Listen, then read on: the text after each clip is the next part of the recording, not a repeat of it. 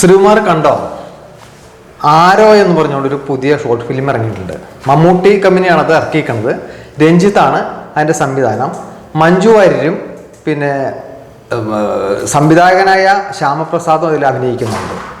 അത് കണ്ടിരുന്നു. അതെങ്ങനെയുണ്ടെന്ന് അത് കണ്ടിട്ട് എന്ത് തോന്നി? അല്ല, അത് കണ്ടിട്ട് എനിക്ക് ഒന്നും തോന്നിയില്ല എന്നുള്ളതാണ് യാഥാർത്ഥ്യം. സാധാരണഗതിയിൽ നല്ല ഷോർട്ട് ഫിലിംസ് ഒക്കെ നമ്മൾ കാണുമ്പോൾ നമുക്കതൊരു അനുഭവമായിട്ട് മാറാറുണ്ട്. എന്നാൽ ഇത് കണ്ട് 20 മിനിറ്റോളം ഉണ്ട് ആ ഷോർട്ട് ഫിലിം. അത് കണ്ട് മൊബൈൽ ഓഫ് ചെയ്തു എന്നത് കവിഞ്ഞിട്ട് വേറെ അനുഭവം അതിൽ നിന്നുണ്ടായില്ല. അതിൽ ആ കഥാപാത്രത്തിൻ്റെ ശ്യാമപ്രസാദിൻ്റെ കഥാപാത്രത്തിന് കുഴപ്പമില്ല. നമുക്ക് ആ ഏകാന്തത കുറച്ച് നമ്മൾ ആ സമയത്ത് അനുഭവിച്ചു എന്ന് എനിക്കും തോന്നി. അത് കഴിയുമ്പോൾ ആ കഥാപാത്രത്തിന് ഒരു ആഴമില്ലാത്ത പോലെ പോകുന്നു ആ കഥാപാത്രം. പിന്നെ ഒട്ടും ആഴമില്ലാത്തതാണ് മഞ്ജു വാര്യർ. മഞ്ജു വാര്യർ വേണോ അതിൽ? ഈ മഞ്ജു വാര്യരെ കൊട്ടി ഓടിച്ച് ഇവിടെ കൊണ്ടുവന്നു. അപ്പം നമ്മൾ ഈ മഞ്ജു വാര്യരൊക്കെ വരുമ്പോൾ കാണികളുടെ പ്രതീക്ഷ, ആ പ്രതീക്ഷയ്ക്കൊത്ത് ആ കഥാപാത്രം ഉയർന്നോ? അല്ല ജയമോഹൻ, അത് പ്രധാന പ്രശ്നം 20 മിനിറ്റിൽ കാണുന്ന ഷോർട്ട് ഫിലിമിന്റെ കഥ എന്താണ്? എന്താണ് ശരിക്കും ആ ഷോർട്ട് ഫിലിമിന്റെ കഥ? അതാണ് എന്താണ് ആ ഷോർട്ട് ഫിലിം നമ്മളോട് പറയാൻ ഉദ്ദേശിച്ചത്? ഒരു എന്ത് നിങ്ങൾ സിനിമ ആണെങ്കിലും എഴുത്താണെങ്കിലും സാഹിത്യമാണെങ്കിലും കവിതയാണെങ്കിലും ചിത്രമാണെങ്കിലും എന്താണ് നിങ്ങൾ മറ്റുള്ളവരോട് പറയാൻ ആഗ്രഹിക്കുന്നത് എന്ന് മറ്റുള്ളവർക്ക് മനസ്സിലാകണം. അത് ഒരു മനസ്സിലാക്കുക എന്നുള്ളത്, അല്ലെങ്കിൽ എന്താണത് ഈ ഒരു ഷോർട്ട് ഫിലിമിലൂടെ രഞ്ജിത്ത് നമ്മളോട് പറയാൻ ആഗ്രഹിച്ചത് എന്നുള്ളത് നമ്മൾ കവിടി നിരത്തി കണ്ടുപിടിക്കേണ്ട ഒരു അവസ്ഥയിലേക്ക് കാര്യങ്ങൾ എത്തുകയാണ്.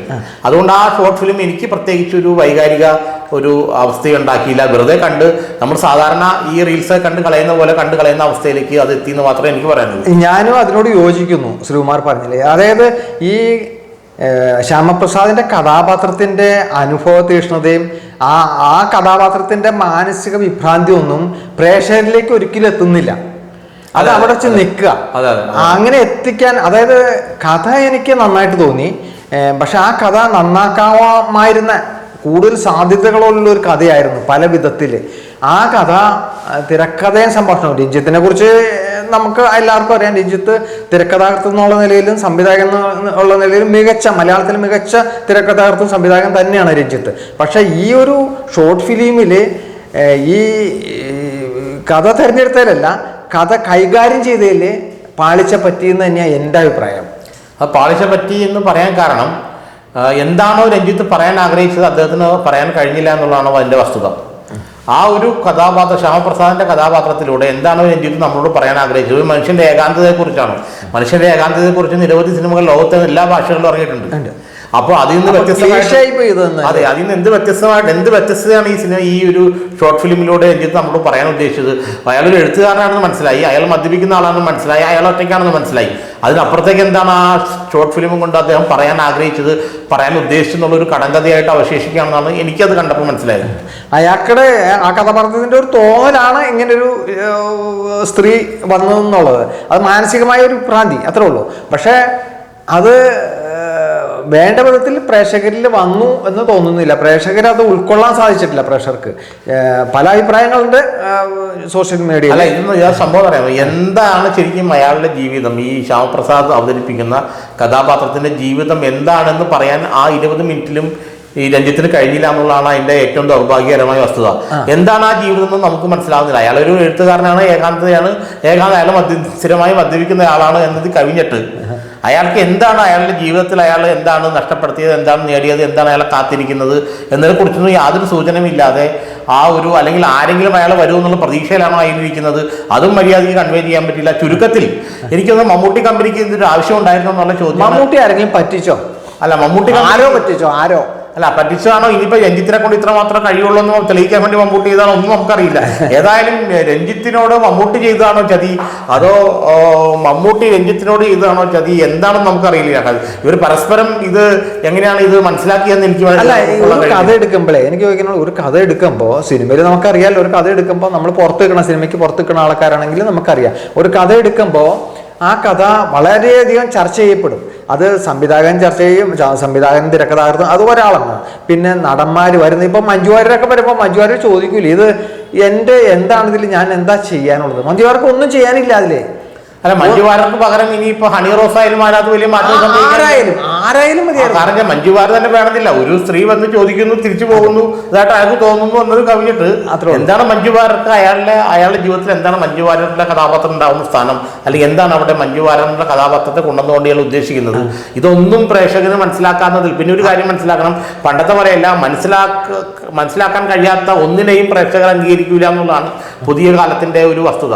പിന്നെ ഇത് കച്ചവടം, മഞ്ജുവാര്യരുടെ കൊണ്ടുവന്നതിൽ കച്ചവടം. നമ്മൾ പറഞ്ഞു വന്നത് അതല്ല, ഈ ഒരു കഥ എടുക്കുമ്പോൾ അത് പിന്നെ മമ്മൂട്ടിയായിട്ട് എങ്ങനെയായാലും ചർച്ച ചെയ്ത് കാണൂലേ. പിന്നെ രഞ്ജിത്ത്, ശ്യാമപ്രസാദ് കഥ വലിയ സംവിധായകൻ, ശ്യാമപ്രസാദായിട്ട് ചർച്ച ചെയ്ത് കാണൂലേ.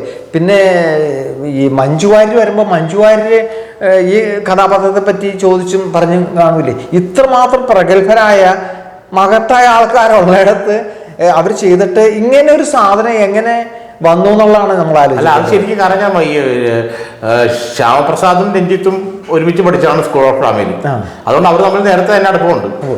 ശ്യാമപ്രസാദിനേക്കാൾ കുറച്ചുകൂടെ എസ്റ്റാബ്ലിഷ്ഡ് ആയ സംവിധായകനായി രഞ്ജിത്ത് മാറി. അതെ, ഇതെല്ലാം ശരിയാണ്. പക്ഷെ എങ്കിലും ഈ മമ്മൂട്ടിക്ക് ഇതിനകത്ത് എന്ത് കാര്യം എനിക്ക് ഇപ്പോഴും മനസ്സിലാവുന്നില്ല. എന്തിനാണ് മമ്മൂട്ടി കമ്പനി ഒരു ചിത്രം ഒരു ഷോർട്ട് ഫിലിം എടുത്തത്, നമ്മളെ കാണിച്ചത് മമ്മൂട്ടിയുടെ യൂട്യൂബ് ചാനലിലൂടെ എന്ന് എനിക്കിപ്പോഴും മനസ്സിലാവുന്നില്ല. കാരണം അങ്ങനെ കാണിക്കാനായിട്ടൊന്നും പ്രേക്ഷകരായിട്ട് പറയാനുള്ളതായിട്ട് ഒന്നുമില്ല, അതിനകത്ത് കാണുന്നില്ല. അപ്പോൾ ചുമ്മാ കണ്ട് റീൽസ് കണ്ട് പോകുന്ന പോലെ 20 മിനിറ്റ് കണ്ടു പോകുക എന്നത് കഴിഞ്ഞിട്ട് അതിലെന്താണ് ശരിക്കും ഒരു മനുഷ്യന്റെ ഏകാന്തത എന്നൊക്കെ പറയുന്നത് നൂറ്റാണ്ടുകളായിട്ട് നമ്മൾ ചർച്ച ചെയ്യുന്ന കാര്യമാണ്. അതിലെന്ത് പുതുമയാണെന്ന് ഇപ്പോഴും എനിക്ക് മനസ്സിലാവുന്നില്ല. അയാളൊരു എഴുത്തുകാരനാണ്, മദ്യപിക്കുന്ന ആളാണ്, പുകവലിക്കുന്ന ആളാണ്. അതിൽ കൂടുതൽ എന്താണ് എനിക്ക് മനസ്സിലായില്ല അത് കണ്ടിട്ട്. അതിൻ്റെ പശ്ചാത്തലവും പിന്നെ പശ്ചാത്തല സംഗീതമൊക്കെ എനിക്ക് വളരെ ഇഷ്ടപ്പെട്ടു. പിന്നെ ടെക്നിക്കൽ സൈഡ് ഒരു പക്ഷേ കൊള്ളാമെന്ന് പറയാം. കാരണം രഞ്ജിത്തിന് ടെക്നിക്കൽ സൈഡ് നല്ല ഗ്രാഹ്യമുള്ളതുകൊണ്ട് ഇവിടെ പശ്ചാത്തല സംഗീതവും ടെക്നിക്കൽ സൈഡും കൊള്ളാം. പക്ഷേ സംഗീതവും സാങ്കേതികതയും മാത്രമല്ലല്ലോ, സിനിമയ്ക്ക് ഒരു ആത്മാവ് വേണമല്ലോ. ആത്മാവ് നഷ്ടപ്പെട്ടു പോയി. സോൾലെസ് ആയിട്ടുള്ള സിനിമയായിട്ട് ഈ ഒരു അല്ലെങ്കിൽ ആ ഒരു സോൾലെസ് ആയിട്ടുള്ള ആത്മാവില്ലാത്ത ഒരു ചിത്രമായിട്ട്, ചലച്ചിത്രമായിട്ട്, ഷോർട്ട് ഫിലിമായിട്ട് ഈ ആരോ മാറി എന്നുള്ളത് ഒരു കാര്യത്തിൽ സംശയമില്ല. ഇത് മമ്മൂട്ടിക്ക് ഒരു നാണക്കേട് തന്നെയായിരുന്നു എൻ്റെ അഭിപ്രായം. ഒരുപക്ഷെ മമ്മൂട്ടി ഇനിയിപ്പോൾ രഞ്ജിത്തിന് ഒരു തിരിച്ചറിയാൻ വേണ്ടി മമ്മൂട്ടിയുടെ അടുത്ത് സുഹൃത്തായതുകൊണ്ട് രഞ്ജിത്ത് ഒരു വലിയ മോശം കാലഘട്ടം കഴിഞ്ഞ് തിരിച്ചു വരുവാണ്. അപ്പൊ തിരിച്ചു വരുമ്പോൾ എൻട്രി ആയിക്കോട്ടെ എന്ന് വിചാരിച്ചൊരു ഒരു സഹായം മമ്മൂട്ടി ചെയ്തായിരിക്കാം. ഏതായാലും ആ സഹായം മമ്മൂട്ടിക്ക് ഉപദ്രവമായോ രഞ്ജിത്തിന് ഉപദ്രവമായോ എന്നുള്ളത് കാലം തീരുമാനിക്കുന്ന എനിക്ക് പറയാനുള്ളത്. ഇത് വി ആർ സുധീഷിന്റെ ആണ് കഥ ഞാൻ വായിച്ചിട്ടുള്ള കഥ നല്ല രസമാണ്. പക്ഷെ കഥയ്ക്കൊപ്പം ഈ സിനിമ വന്നില്ല എന്നാ പറയുന്നത്, എന്നാ എനിക്ക് തോന്നിയത്. അല്ല, കഥയ്ക്കൊപ്പം സിനിമ വരാത്തതിന്റെ കാരണം കഥ എന്ന് പറയുന്നത് ആ കഥ ഒരു പക്ഷേ രണ്ട് കാര്യങ്ങളുണ്ടാകും. ആ കഥ സിനിമ ഈ ഒരു ഷോർട്ട് ഫിലിം ആക്കി മാറ്റുമ്പോൾ എന്തോ കാര്യമായിട്ട് അതിൽ നഷ്ടപ്പെട്ടു പോയിട്ടുണ്ട്. അതെ, നഷ്ടപ്പെട്ടിട്ടുണ്ട്. ആ നഷ്ടപ്പെട്ടു പോയതുകൊണ്ടാണ് ആ കഥ പോലെ സിനിമ വരാതിരുന്നുള്ള കാര്യത്തിൽ സംശയമില്ല. കഥ നഷ്ടപ്പെടാതിരിക്കുക എന്നുള്ളത് സംവിധായകന്റെ കടമയായിരുന്നു, ജോലിയായിരുന്നു. അദ്ദേഹം അത് വേണ്ട വിധത്തിൽ ചെയ്തില്ല എന്നുള്ളതാണ് എനിക്ക് മനസ്സിലാക്കാൻ കഴിഞ്ഞത്. അതെ, ഈ കഥ അങ്ങനെ തന്നെ എടുത്ത് സിനിമയാക്കാൻ നമുക്ക് പറ്റില്ല. അത് പണ്ട് സക്കറിയയുടെ ഒരു കഥ ഭാസ്കര പട്ടേലിനും ഞാൻ അങ്ങനെ ഒരു പ്രശ്നം വന്നിരുന്നു. സർക്കറിയ പറഞ്ഞിരുന്നു എന്റെ കഥ അല്ല അതെന്ന് പറഞ്ഞിരുന്നു. അപ്പൊ അടൂർ ഗോപാലകൃഷ്ണൻ പറഞ്ഞു ആ കഥ അങ്ങനെ തന്നെ എടുത്ത് എനിക്ക് സിനിമയാക്കാൻ പറ്റില്ല, സിനിമ വേറെയാണ്, സിനിമയ്ക്ക് വേറൊരു ഇതുണ്ട്, സിനിമ വേറെ പ്ലാറ്റ്ഫോമാണ്, പ്ലാറ്റ്ഫോം അല്ല സിനിമയ്ക്കുള്ളത്. അതെ. അപ്പൊ ഏതായാലും ഒരു കാര്യം ഞാൻ കൺക്ലൂഡ് ചെയ്യാൻ ഈ പറയുന്ന പോലെ മമ്മൂട്ടിക്ക് ഇതിന്റെ ആവശ്യം ഉണ്ടായില്ല, രഞ്ജിത്തിന് ഇതിന്റെ ആവശ്യം ഉണ്ടായില്ല. ശ്യാമപ്രസാദ് നല്ലൊരു നടനാണെന്ന് എനിക്ക് അതൊരു കാര്യമുണ്ട്. ശ്യാമപ്രസാദ് നല്ലൊരു അഭിനേതാവാണ്. അദ്ദേഹം ഈ തുടർന്ന് അഭിനയിക്കണം എന്നുള്ളതാണ് നമ്മുടെ ആഗ്രഹം. നന്നായിട്ട് അഭിനയിക്കാൻ കഴിയും. അദ്ദേഹം സ്കൂൾ ഡ്രാമയിൽ ഇറങ്ങിയതിനു ശേഷം അദ്ദേഹം അഭിനയിച്ചിട്ടില്ലെന്ന് എനിക്ക് തോന്നുന്നു. അദ്ദേഹം നന്നായിട്ട് അഭിനയിച്ചു, ഇനി അഭിനയം തുടരുന്നത് അദ്ദേഹത്തിന് നന്നായിരിക്കും എന്നുള്ളതാണ് എന്റെ അഭിപ്രായം. അതും പിന്നെ പത്തായം നിറഞ്ഞു എന്നുള്ളതും മാത്രമാണ് ഇവിടുത്തെ. മമ്മൂട്ടിയുടെ പത്തായം നിറഞ്ഞു കാണും.